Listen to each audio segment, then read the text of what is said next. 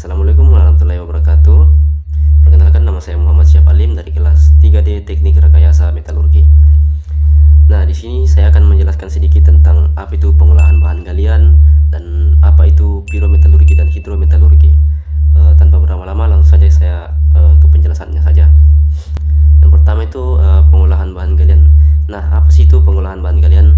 Nah, pengolahan bahan galian adalah serangkaian proses fisik dan kimia yang bertujuan untuk memisahkan mineral berharga dari mineral pengotor, meningkatkan kadar atau konsentrasi mineral, dan menyiapkan bahan baku untuk proses metalurgi lanjutan.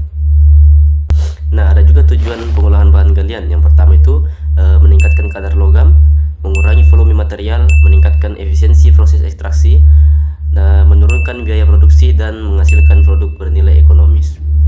Nah, tahapan umumnya yaitu pertama itu adalah comminution, yaitu peremukan dan penggerusan, bertujuan untuk memperkecil ukuran biji agar mineral berharga terlepas dari pengotornya. Nah, yang kedua itu ada sizing atau pengayakan. Nah, memisahkan material berdasarkan ukuran butir.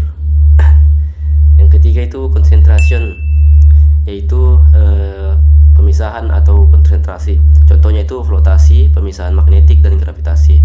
Yang keempat itu ada dewatering atau pengeringan, yang bertujuan untuk mengurangi kadar air pada konsentrat.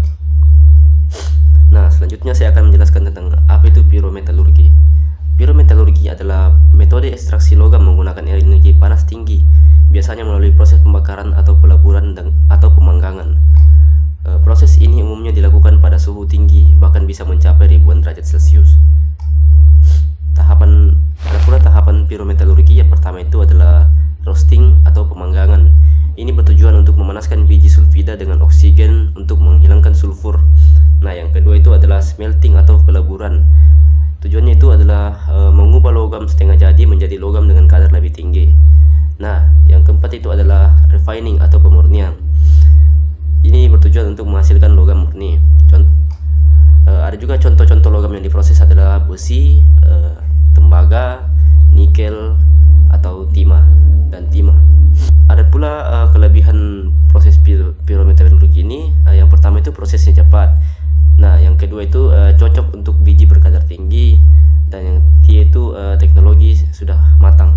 Nah, juga kekurangannya yaitu konsumsi energinya sangat besar, emisi gas dan dampak lingkungan yang sangat tinggi. Nah, yang ketiga itu biaya operasionalnya tinggi. Nah, yang terakhir itu adalah proses hidrometalurgi. Hidrometalurgi adalah proses ekstraksi logam menggunakan larutan kimia atau air sebagai media utama untuk melarutkan logam dari biji. Nah, metode ini umumnya digunakan pada suhu rendah hingga sedang. Nah, tahapannya itu pertama leaching atau pelindian, bertujuan untuk melarutkan logam menggunakan pelarut seperti asam atau basa. Yang kedua itu adalah solution purification atau pemurnian larutan. Yang ini menghilangkan pengotor dari larutan. Nah, yang ketiga itu adalah recovery atau pengambilan logam. Contohnya dengan presipitasi, electrowinning, solvent extraction. Contoh logam yang diprosesnya itu pertama itu emas, juga perak, tembaga, dan uranium. Nah, kelebihan dari proses hidrometalurgi ini yaitu lebih ramah lingkungan, konsumsi energi lebih rendah, cocok untuk biji berkadar rendah.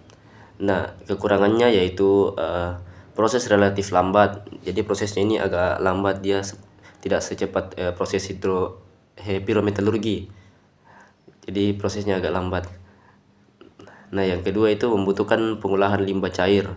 Nah, yang ketiga itu pengendalian kimia harus ketat. Baik, itu saja yang saya dapat jelaskan. Kurang lebihnya mohon dimaafkan. Assalamualaikum warahmatullahi wabarakatuh.